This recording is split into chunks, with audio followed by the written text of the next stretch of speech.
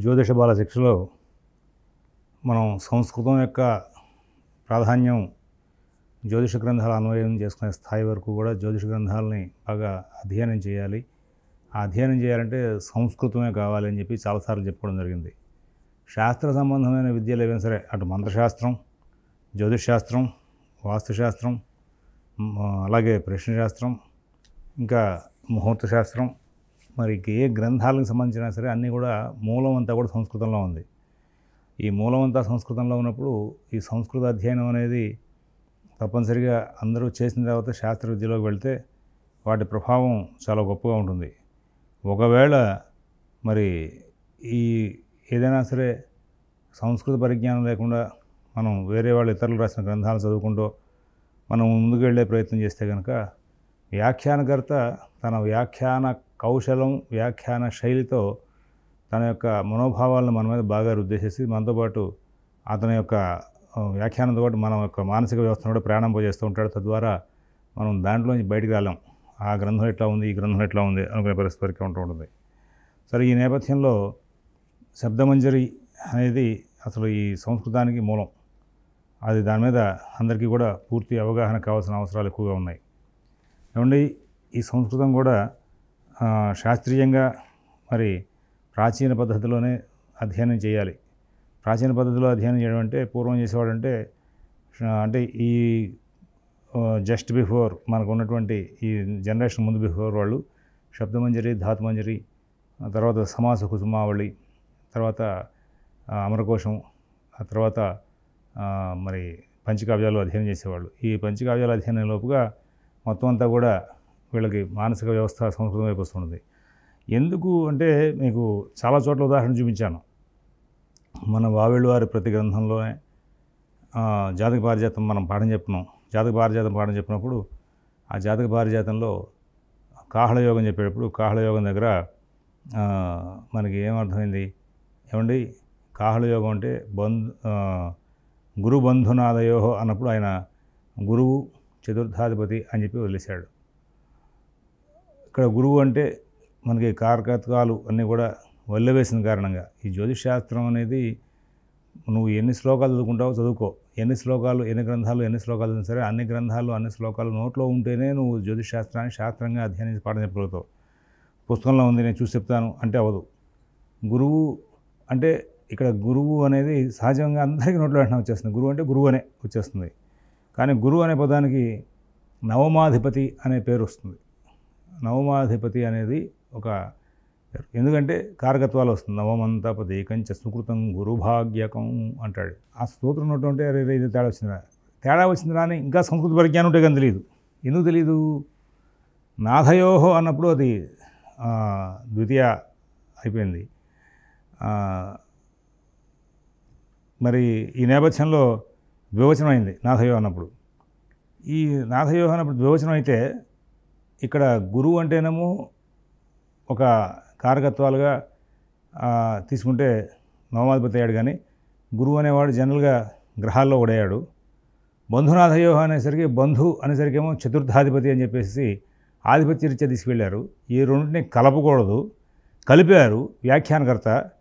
కలిపి అక్కడ నాథయో అన్నప్పుడు ద్వివచనం మీద దాన్ని చేశారు. ఇది ఎంతవరకు సమంజసం అనేటువంటిది ఫస్ట్ ఒక క్వశ్చన్ మార్క్ స్టార్ట్ అయితే వెంటనే ఇమీడియట్గా ఆ గురువు అంటే కాదయా, కారకత్వాల్లో గురువు అంటే నవమంతపతి కొంచెం సుకృతం గురుభాగ్యం ఉంది, నవమాధిపతి చతుర్థాధిపతి నాథయోహో అని చెప్పింది కాబట్టి ద్వివచనంలో పెట్టాడు.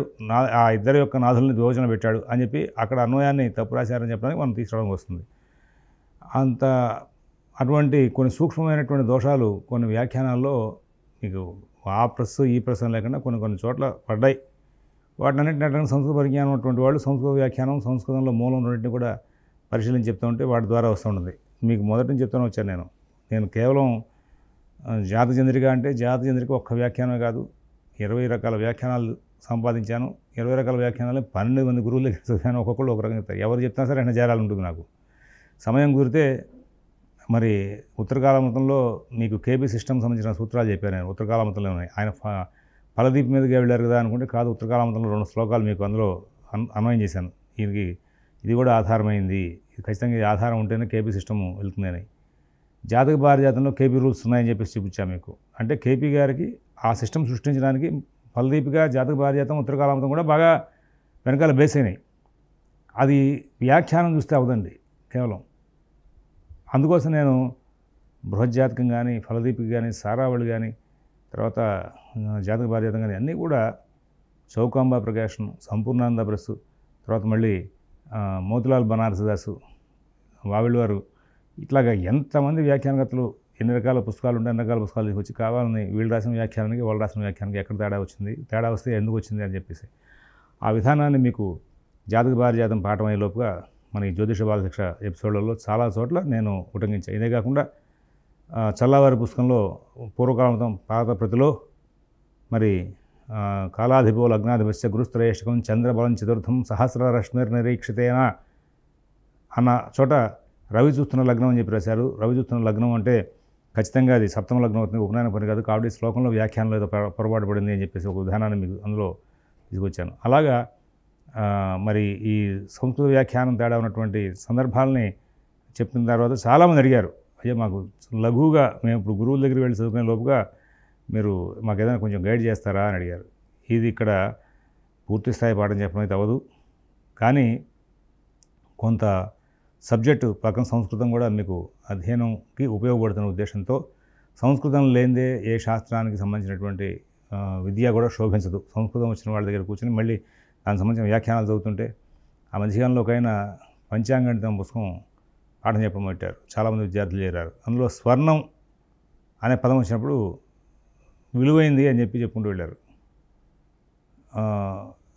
అది స్వర్ణం అంటే కూడికయ్య, విలువ కాదు ఇక్కడ అని చెప్పి ఒక పెద్ద పండితుడు, ఆయన జ్యోతిష్ శాస్త్రం సిద్ధాంత భాగమే కాకుండా సంస్కృతంలో కూడా పండితుడు చెప్పాక ఫస్ట్ ఆయన దాన్ని కాదని తర్వాత అవునయ్యా నువ్వు చెప్పింది కరెక్ట్, స్వర్ణము అంటే కూడిక అనేది ఇక్కడ తీసుకోవాల్సి వచ్చింది. అంటే ఒక సంస్కృతంలో ఇంకా ఎంతో పరిణితి వస్తే కానీ అట్లాంటి పదాలకి వ్యాఖ్యానాలని అన్వయం చేసుకుంటూ వచ్చే పరిస్థితి రాదు. ఇలాంటి సందర్భాలు కూడా జరిగినాయి. అయితే ఇక్కడ ఒకళ్ళని వెక్కిరించడం, ఒకళ్ళని అవమానించడం కాదు ఇక్కడ చెప్పేది. అంటే పెద్ద పెద్ద పండితులు కూడా పొరపాటు పడే అవకాశాలు ఉన్నటువంటి వ్యాఖ్యానాలు ఉన్నాయి. కాబట్టి ఆ వ్యాఖ్యానకర్త తనదైనటువంటి మానసిక వ్యవస్థను ఎదుర్కొంటే ఆ పాఠకుడి మీద రుద్దేస్తూ ఉంటాడు. అలా రుద్దకుండా ఉండాలంటే మూలాన్ని మనం బాగా అన్వయం చేసుకోవాలి. టిఎన్ శేషన్ గారు ఒకప్పుడు ఒక ఇంటర్వ్యూ ఇచ్చారు, మీకు ఎలక్షన్ కమిషనర్ గుర్తుండి ఉంటాడు. ఆయన భార్య రోజు కూడా భగవద్గీతలో రోజు ఒక శ్లోకాన్ని మూలమే అనేక సార్లు పారాయణ చేస్తూ ఉండేవాళ్ళట పదవిచ్ఛేదన చేసి. కారణం ఏమిటంటే వాళ్ళిద్దరూ మంచి సంస్కృత పండితులుట. అనేక కోణాల్లో ఈ శ్లోకాన్ని చూడాలి అనే ఉద్దేశంతో వాళ్ళు అలాగే భగవద్గీత మీద చాలా శోధన చేశారట వాళ్ళు. అది చాలా గొప్ప యోగం. అందువలన ప్రాచీన సాంప్రదాయం ప్రకారంగా ముందు శబ్దమంజరి చదవండి. శబ్దమంజరిలో ఎందుకు చదవాలి అంటే మనకి ప్రతి విషయంలోనూ, ప్రతి వ్యాఖ్యానంలోనూ, ప్రతి వాక్యంలోనూ పదాలు ఉంటాయి. వాటిని మనం శబ్దం అనే పేరుతో పిలుస్తూ ఉంటాం. ఈ శబ్దం అనే పేరుతో పిలిచినప్పుడు ఈ శబ్దానికి సంస్కృతంలో ఏకవచనం, ద్వివచనం, బహువచనం అనేటువంటి 3 విధానాలుగా విభాగం చేసి ప్రథమా విభక్తి, ద్వితీయ విభక్తి, తృతీయ విభక్తి, చతుర్థ విభక్తి, పంచమీ విభక్తి, షష్ఠీ విభక్తి, సప్తమి విభక్తి అని విభాగం చేసుకుంటూ వస్తారు. ఈ 7 విభక్తుల్లోనూ 3 వచనాల్లోనూ కూడా ఏకవచనం, ద్వివచనం, త్రివచనంలో 27 పదాలు పెట్టి సంబోధన ఏదైనా నామవాచకం కానీ ఇంకోటి కానీ పలకాల్సినప్పుడు రాముడు ఉన్నాడు, హే రామ అని పిలవాల్సింది. ఆ హే రామ అని పిలుస్తున్నాం కూడా సంబోధన చేస్తున్నాం కాబట్టి సంబోధన అనేటువంటి పేరుతో మళ్ళీ 27 పదాలు సహజంగా ఉంటాయి. ఈ సంబోధన ప్రథమ విభక్తిలో 3 పదాలు ఎక్కువగా ఉంటాయి. ఏకవచనం, ద్వివచనం, బహువచనం అనేది సంస్కృత భాషలో విశేషం. అన్ని భాషల్లోనూ కూడా ఏకవచనం, బహువచనం ఉంటాయి. విభక్తులు అనేది ఇక్కడ మనం సంస్కృతంలో మనం చూస్తున్నాం. ఇది సరళమైన విధానం కోసం చెప్పి ఏర్పాటు చేసిన విధానం. అయితే మనకి అన్ని భాషల్లోనూ కూడా ఈ 7 విభక్తులు ఉన్నాయి, మీరు గమనించుకోవచ్చు. అలాగే సంబోధన కూడా ఉంటుంది అన్ని భాషల్లోనూ. అయితే అక్కడ ఈ శబ్దమంజరి శబ్దాన్ని వివిధ రూపాల్లో మనం పలికేటువంటి అన్ని పలుకుల్ని కూడా తీసుకొచ్చి ఒక చోట ఒక గుంపుగా వేసి అలాంటి శబ్దాలను కొన్ని కలిపి ఒక మాలగా వేశారు కాబట్టి శబ్దమంజరి అన్నారు. దాన్ని డూమూవులు ప్రథమా విభక్తి అని చెప్పి మొదలెడతాడు. నేనులా కూర్చి గురించి ద్వితీయ విభక్తి, చేతం చేన్ తోడంతో తృతీయ విభక్తి. తెలుగు చదివితే వస్తుంది ఇది. తెలుగు చదివినా కానీ పదాలు వస్తాయి. ఈ తెలుగు చదవకుండా సంస్కృతం చదవకుండా ఇంగ్లీష్లో ఎవడో వ్యాఖ్యానం రాశాడని చదివేస్తానంటే కష్టం. ఇంగ్లీష్లో గొప్ప వ్యాఖ్యానాలు లేవంటే చాలా గొప్పదైన వ్యాఖ్యానాల పుస్తకాలు ఉన్నాయి. బృహజ్జాతకానికి అష్టాధ్యాయి వ్యాఖ్యానం మరి ఇంగ్లీష్లో ఉంది, చాలా బాగుంటుంది. ఎందులోనూ ఏ భాషలో కూడా అంత డెప్త్కి వెళ్ళినటువంటివి ఉన్నాయేమో నాకు తెలియదు, కానీ నేను చదివిన వాటిలో కనపడలేదు. అంటే కొంచెం డీటెయిల్డ్ నోట్స్ ఇచ్చినటువంటి అనమాట. వ్యాఖ్యానాలు డీటెయిల్డ్గా నోట్స్గా మనకి అర్థమయ్యే రీతిలో ఇచ్చినటువంటి గ్రంథాలు మనం జనరల్గా ఎక్కువగా అభిమానిస్తూ ఉంటాం కదా. అన్ని భాషల్లో ఉంటాయి. హిందీలో అట్లాంటి పుస్తకాలు కూడా ఉన్నాయి, ఇంగ్లీష్లో ఉన్నాయి. కానీ అంటే వ్యాఖ్యానకర్త అతను జ్యోతిష్ శాస్త్రం మీద మరి ఈ యొక్క సంస్కృతం మీద రెండింటి మీద కూడా బాగా పట్టుంటే కనుక అతను రాసిన వ్యాఖ్యానం చాలా గొప్పగా ఉంటుంది. నారికేళ్ల పాకం అంటూ ఉంటారు, ఆ విధంగా వెళ్ళిపోతూ ఉంటుంది. ఇక్కడ పోతుకూచి సుబ్రహ్మణ్య శాస్త్రి గారు ఆయన యూనివర్సిటీలో సంస్కృతం జ్యోతిష విభాగానికి ప్రొఫెసర్గా ఉండేవాళ్ళు. ఆయన కొన్ని పుస్తకాలు వ్యాఖ్యానం రాశారు. విచిత్రంగా ఏంటంటే ఆ పుస్తకాల్లో ఉన్నదానికి ఉన్నట్టుగా వ్యాఖ్యానం రాసుకుని వెళ్ళారు, కానీ అవి చాలా విశేషంగా ఉన్నాయి. జైమిని సూత్రాలు కొన్నిటికి సారావళి ఫలదీప్గా కూడా రాసినట్టున్నారు. అలాగా చాలా మంచి మంచి పుస్తకాలు రాసుకొచ్చారు ఆయన.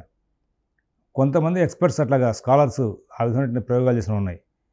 ఇక్కడ ఈ ప్రతి భాషలోనూ కూడా రాముని చేత, రాముని తోడ అని తెలుగులో ఎట్లా అంటున్నామో మరి అన్ని భాషల్లోనూ కూడా పదాన్ని వాడాల్సిందే, లేకపోతే భాషతో వాక్యాలు పూర్తవవు. ఇక్కడ మన వాళ్ళు చేశారంటే డుము ఊలు అంటే రాముడు, రాములు అంటే 10 మంది రాములు ఉన్నారనుకోండి, రాముడు అనే పేరుతో ఉన్నవాళ్ళు రాములు అని పిలుస్తారు. అలాగా ఏకవచనం, ద్వివచనం, బహువచనంలో వాడుకోవడం వల్ల డుము ఊలు ప్రథమ విభక్తి అన్నాడు. మరి ద్వితీయ విభక్తి ఏం చెప్తోంది అంటే నేను, నువ్వు, లా, కూర్చి గురించి ద్వితీయ విభక్తి. అక్కడ రాముని చేత, రాముని గురించి, ఏమయ్యా ఈ పలహారం పెట్టుకెళ్తావు, ఇది ఎవరి గురించి అంటే రాముని గురించి. ఆ రాముని గురించి అన్నప్పుడు మనం తెలుగులో వాడాం, దీన్ని సంస్కృతంలో వాడేటప్పుడు రామం అంటాడు. రాముని గురించి కాబట్టి రామం అంటాడు. కాబట్టి అక్కడ మరి ద్వితీయ విభక్తి అయింది. ఆ ద్వితీయ విభక్తిలో ఉన్న పదాలు తెలిస్తే మనం వాక్యం నిర్మాణం చేసేప్పుడు రామం అని వాడతాం. అక్కడ రాముని గురించి అని మనం తెలుగులో చెప్పిన పదాన్ని అక్కడ రామం అని చెప్పి వాడేస్తూ ఉంటాం. అలాగే మరి తృతీయ విభక్తి రాముని చేత, ఏమయ్యా ఈ పని అవచేత చేయబడింది అంటే రాముడి చేత చేయబడిందండి అనేసరికి మన తెలుగులో అయితే రాముడి చేత అన్నాం. మరి సంస్కృతం చెప్పాలంటే తృతీయ విభక్తి చెప్పాలి, రామేణ అని ఉంటుంది ఆ పదం. ఇక్కడ రాముని చేత అనే పదాన్ని దగ్గర రామేణ అని వాడేస్తాం. అలాగే కొరకున్కై, ఇది ఎవరి కొరకు, రాముని కొరకు, రామాయ, రాముని కొరకు. ఆ చతుర్థ విభక్తి పదాలు తెలిస్తే నువ్వు అక్కడ రామాయ అని వాడేస్తావు. రామాయ అని వాక్యంలో వాడాడు అంటే నువ్వు చతుర్థ విభక్తిలో వాడాడు. రాముడు, రామ అనే పదం ఉంటుంది, రాముడు గురించి ఏదో చెప్తున్నాడు రా అనుకోవాలి. రామాయ అని చతుర్థ విభక్తిలో ఉంది కాబట్టి రాముని కొరకు అన్నాడు రా, కాబట్టి ఈ పక్కదేదో రాముని కొరకు నిర్మాణం చేయబడి ఉంది ఈ వాక్యంలో. ఈ వాక్య నిర్మాణం దానికోసం రాముని కొరకు అనే విశేషాన్ని బాగా అక్కడ పెట్టి నిర్మాణం చేశాడు అని చెప్పడానికి వీలుగా చెప్తాడు. వలన, కంటే, పట్టి పంచమే విభక్తి అంటాడు. రాముని వలన, రాముని కంటే, ఇది మనం వాడాల్సి వస్తే మరి రామాత్ ఆ పదం.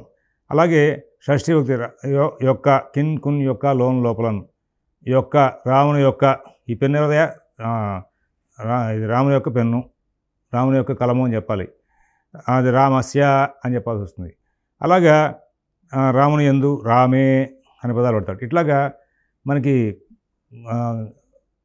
అందున్నను సప్తమ విభక్తి, డుమువులు ప్రథమ విభక్తి, నేను, లా, కూర్చే గురించి ద్వితీయ భక్తి, చేతం చేయని తొడంతో తృతీయ భక్తి, కొరకు, కై చతుర్థ విభక్తి, వలన, కంటే, పట్టి పంచమ విభక్తి, కిన్ యొక్క, లోన్ లోపల షష్ఠి విభక్తి, అందున్నను సప్తమ విభక్తి. ఇది కనుక ఇది బైండ్లో వాడితే శబ్దమంజరి బాగా నోట్లో ఉంటే ఇక మీకు వెనక్కి తిరిగి చూసుకోవాల్సిన అవసరం లేకుండా మొత్తం ముందుకు వెళ్ళిపోతూ ఉంటుంది. ఏమండి ఈ శబ్దమంజరిని ఏ విధంగా గుర్తుపెట్టుకోవాలి? మీరు ఏమైనా చెప్పండి. శ్లోకాలు రేపు ఏదో అరిష్టాధ్యాయం చదువుతున్నాం, ఏదో ఫలదీపులో అంటే అరిష్టాధ్యాయంలో ఉన్నటువంటి శ్లోకాలన్నీ కూడా రోజు 10 సార్లు 10 రోజులు వరుస చదవాలి. వేదం అట్లా వలిస్తారు, సంత చెప్పించుకుంటారు. గురుగారు సార్ చెప్తూ ఉంటారు. గురుగారు రే అబ్బాయి అకారాంధ పుంలింగో రామశబ్ద రాముడు అనరా అంటాడు. అనగానే శిష్యులు ఏం చేస్తూ ఉంటారంటే అకారాంధ పుంలింగో రామశబ్ద రాముడు, అకారాంధ పుంలింగో రామశబ్ద రాముడు అని చెప్పి 2 సార్లు చెప్తారు. ఇది సంత అంటారు దీన్ని. ఇట్లాంటి సంత గురుగారు రోజు ఒకసారి చెప్తూ 10 రోజులు చెప్పిస్తారు. ఆ తర్వాత ఇంక 2వ పాఠంలోకి వెళ్తాడు ఆయన. ఈ మొదటి పాఠం చెప్పిన 10 రోజులు చెప్పిన పాఠం ఉందే దాన్ని ఏం చేయాలంటే అకారంత పుల్లింగో రామదత్త రాముడు, అకారంత పుల్లింగో రామదత్త రాముడు అంటూ 10 సార్లు వీళ్ళు వల్లి వేస్తారు. అట్లా 10 రోజులు వేస్తారు. దీని మూలంగా ఏమైంది, మొత్తం అంతా గురువుగారి దగ్గర నుంచి వినడం, మనం 2 సార్లు చెప్పడం, సంతలో 30 సార్లు అయ్యి ఇక్కడ 100 సార్లు అయింది. 10 రోజులు 10,000 సార్లు. దాని మూలంగా వేదం అంతా కూడా ధారణ బుర్రలో ఉంటుంది. వాళ్ళు ఎక్కడైనా ఇట్లా తిప్పేస్తూ ఉంటారు, వేదంలో ఏ మూలం నుంచి ఏ మూలం అడిగినా వెంటనే చెప్తూ ఉంటారు. అలాగా నువ్వు ఒక శాస్త్రాన్ని అధ్యయనం చేస్తున్నావు అన్నప్పుడు అదే రీతి కనుక నీకు సంస్కృతం మీద కనుక, అయితే శాస్త్రంలో గ్రంథాల విషయం మీద కనుక మీకు అవగాహన కనుక వస్తే ఎక్కడా కూడా వెనక్కి తిరిగి చూసుకోకుండా మొత్తం అంతా కూడా చాలా చక్కగా మరి చక్కటి విశేషాలు మనం పొందుతూ ముందుకెళ్ళే అవకాశం వస్తుంది. సరే, ఇక్కడ మనం ఈ నేపథ్యంలో ఈ ఎట్లాగా వదిలివేయడం అనేది మీకు అనుమానం వస్తుంది. ఇక్కడ మీరు చిన్నపిల్లలు కాదు, వింటున్న వాళ్ళలో పెద్దవాళ్ళు ఉన్నారు, ముసలి వాళ్ళు ఉన్నారు, రిటైర్డ్ పర్సన్స్ ఉన్నారు, చిన్నపిల్లలు ఉన్నారు. ఎందుకంటే మనం ఈ టీవీ ద్వారా చాలామంది దగ్గరికి వెళ్తున్నాం కాబట్టి. ఈ ఒక్క శబ్దమంజరిని వలిచిన మూలంగా అన్ని రకాల గ్రంథాల్లో విశేషాల మీద కూడా మీకు పట్టు వస్తుంది. అటు ధర్మశాస్త్ర గ్రంథాల్లోనూ, ఎందుకంటే పదం కనపడంగానే పదం ఏ విభక్తిలో ఉందో తెలిసేసరికి మీకు ఏ నిమిత్తంగా చెప్పాడు అని చెప్పుకోవడానికి అవకాశం వస్తుంది. మీకు ఇంగ్లీష్లో active voice, passive voice, active వాయిస్ని ప్యాసివ్ వాయిస్గా మార్చడం, ప్యాసివ్ వాయిస్ని యాక్టివ్ వాయిస్గా మార్చడం ఉంది. ఆ సిస్టమ్ ప్రతి భాషలోనూ కనబడుతుంది, ఆ సమస్య లేదు. అలాగే మరి ఇక్కడ నామకరణం, నామవాచకం, సర్వనామం, క్రియాపదం, విశేషం అనేవి ఉన్నాయి సరే, అవన్నీ భాషలో కనబడతాయి. కానీ భాష మీద పట్టు రావాలంటే పదాల మీద, ఆ శబ్దాల మీద పట్టు రావాలి ఫస్ట్. సంస్కృతంలోకి వచ్చేసరికి ఇక్కడ శబ్దమంజరి ఉంది. ప్రతి శబ్దం కూడా మీకు 7 విభక్తుల రూపంలో, సంబోధనతో కలుపుకున్న 8 విభక్తుల రూపంలో, ఏకవచనం, ద్వివచనం, బహువచనం అనే పేర్లతో విభాగం చేయబడింది. కాబట్టి శబ్దమంజరి వల్లించి తీరాలి. కాబట్టి మీరు చిన్న వయసులో ఉన్నా పెద్ద వయసులో సరే దీన్ని వల్లించాలి అంటే కనుక, వల్లిస్తే ఖచ్చితంగా ధారణ పెరుగుతుందంటే పెరుగుతుంది. ఎలా చేస్తారంటే ప్రతి శబ్దం కూడా రోజు 10 సార్లు చొప్పున 10 రోజులు వల్లించండి. ఇంకా కుదిరితే 15 రోజులు వల్లించండి. ఎందుకంటే సంతాన కార్యక్రమం లేకుండా వల్లిలోకి వెళ్ళాం కదా మనం ఈ నేపథ్యంలో. ఒకసారి నామవాచక శబ్దాలనే ఉంటాయి పుస్తకంలో, చక్కగా నామవాచక శబ్దాలనే వల్లించండి. తర్వాత సర్వనామ శబ్దాలనే వల్లించండి. విశేషణాలు, వ్యయాలు కూడా చెప్పి వల్లించేసేయండి. ఆ తర్వాత నెక్స్ట్ స్టెప్లోకి మనం వెళ్ళాలని సరిపోతుంది. అంటే ఇది ఇంచుమించుగా అయ్యేసరికి మీకు 1 నెల రోజులు పడుతుంది. ఇంకా కొంచెం ఖాళీ ఎక్కువగా ఉంటే కనుక 15 రోజులు మొత్తం పూర్తి చేయొచ్చు వల్లులు చెప్పడం అనేది. చక్కగా మొహమాటం పొద్దున్న సాయం దాకా కూర్చొని వల్లు చెప్తే పూర్తి అయిపోతున్నాయి. అకారాంతః పుంలింగో రామశబ్ద, ఉదాహరణ చెప్తున్నాను ఇప్పుడు. రామశబ్దం అకారాంతః పుంలింగో రామశబ్ద, రాముడు, రామ, రామో రామాః ప్రథమాభక్తి, హే రామ, హే రామో, హే రామాః సంబోధన ప్రథమాభక్తి, రామం రామో రామాను ద్వితీయభక్తి, రామేణ రామాభ్యాం రామైః తృతీయభక్తి, రామాయ రామాభ్యాం రామేభ్య చతుర్థిభక్తి, రామాత్ రామాభ్యాం రామేభ్య పంచమీభక్తి, రామస్య రామయోః రామాణం షష్ఠీభక్తి, రామే రామయోః రామేషు సప్తమీభక్తి. ఇట్లాగా ఇది మొత్తం అంతా కూడా వల్లించడం. నెక్స్ట్ వెంటనే ఇకారంధ పుల్లింగో హరిశబ్దానుడు తెలుగు పుస్తకాల్లో అన్నింటిలో కూడా, తెలుగు లిటరేచర్తో రాసినటువంటి శబ్దమంజరి పుస్తకాల్లో ఉకారంధ పుల్లింగో షము శబ్దం అలాగే ఉంటాయి. అలాగా నామవాచకాలు, సర్వనామాలు ఇవన్నీ కూడా మీరు దానికి సంబంధించిన ఏవైతే శబ్దమంజరిలో ఉన్న శబ్దాలు ఉన్నాయో అవన్నీ వల్లిస్తే అవుతుందంటే ఫస్ట్ అవుతుంది. అయితే ఇక్కడ మీరు కొంచెం గ్యాప్, ఈ చదువుకు దూరంగా ఉండి ఇప్పుడు అందులో ఈ జ్యోతిషాస్త్రం అంటారు, పెద్ద వయసు వచ్చాక చదువుతున్నాం కాబట్టి ఇక్కడ మనకి గుర్తుపడాలి. కాబట్టి మీరు ఇంకా కొత్త ట్రెండ్లో వల్లివేయండి. రామ, రామో రామాః ప్రథమాభక్తి, డుమువులు అని పక్కన రాసుకోండి. వెంటనే రామం రామో రామాను ద్వితీయభక్తి, నీనులా కుర్చీ గురించి వెంటనే అది చూస్తుంటే చాలు స్ఫురణలో పడిపోతుంది. అది వల్లివేయకల పక్కన మీరు శబ్దమంజరి తీసుకునే శబ్దమంజరి పక్కన ద్వితీయాభక్తి అనే చోట, లేదా మీకు ద్వితీయాభక్తి అనగానే నీనులా కుర్చీ గురించి ద్వితీయాభక్తి అని మైండ్లో పెడితే ఓకే, బాగానే ఉంది. చేతం చేయని తోడంతో తృతీయాభక్తి అని వెంటనే స్ఫురణకు వస్తుంటే బాగానే ఉంటుంది. మళ్ళీ ఇక్కడ వల్లివేశం, చదువుకి గ్యాప్ వచ్చి కొంచెం వయసు పెద్దదైన తర్వాత మళ్ళీ ఇందులోకి వచ్చాం కదా జ్యోతిషాస్త్రంలోకి. మరి ఇక్కడ ఆ సంస్కృత గ్రంథాలను అర్థం చేసుకునే ప్రయత్నంలో ఒకవేళ రామాయణ అనే పదాన్ని చూడంగానే తృతీయాభక్తి అని రావచ్చు, రాముని చేత అనే పదం రాకపోవచ్చు. कारण तृतीय भक्ति अने स्फुरणకు వచ్చాక వెంటనే చేత అనే పదం రాకపోతే కాబట్టి వల్లులు చెప్పే టైంలో పక్కన ప్రతి శబ్దానికి కూడా పక్కన ఏ మొహమాటం ఉంది మనకు సబ్జెక్ట్ కావాలి ఎవడో ఎక్కిరిస్తాడనో లేకపోతే కూడా మనకు అవసరం ప్రతి శబ్దానికి పక్కన చక్కగా లేదంటే కనుక జిరాక్స్ తీసుకోండి వాటి పక్కనే చక్కగా రాసేసేయండి మీరు డూమువులు దీనిలా కుర్చీ గురించి చేతం చేయని తోడంతో అలాగే ప్రతి శబ్దానికి పక్కన రాస్తే చూడంగానే వెంటనే స్ఫురణకు వస్తుంది రామాయణ రామాభ్యాం రామయ్యి అంటే ఏకవచనం రామాయణ అని వాడాడరా రాముని చేత అని వాడుకోవాలి దీన్ని ఆ! అంటే మీకు వెంటనే వస్తుంది. రామాభ్యాం అనేది. అంటే ఓహో! ఇద్దరు రాములు ఎవరో ఉండుంటారు. వీళ్ళ చేత ఈ పని అయ్యుంటుంది అని చెప్పేసి ఆ పదం వాడాడా రామాభ్యాం. రామైః అక్కడెవరో రాముడు అనే పేరుతో ముగ్గురో ఇంకా అంతకన్నా ఎక్కువ మంది ఉండుంటారు. వీళ్ళందరూ కలిసి ఏదో పని చేసుంటారు ఇక్కడ.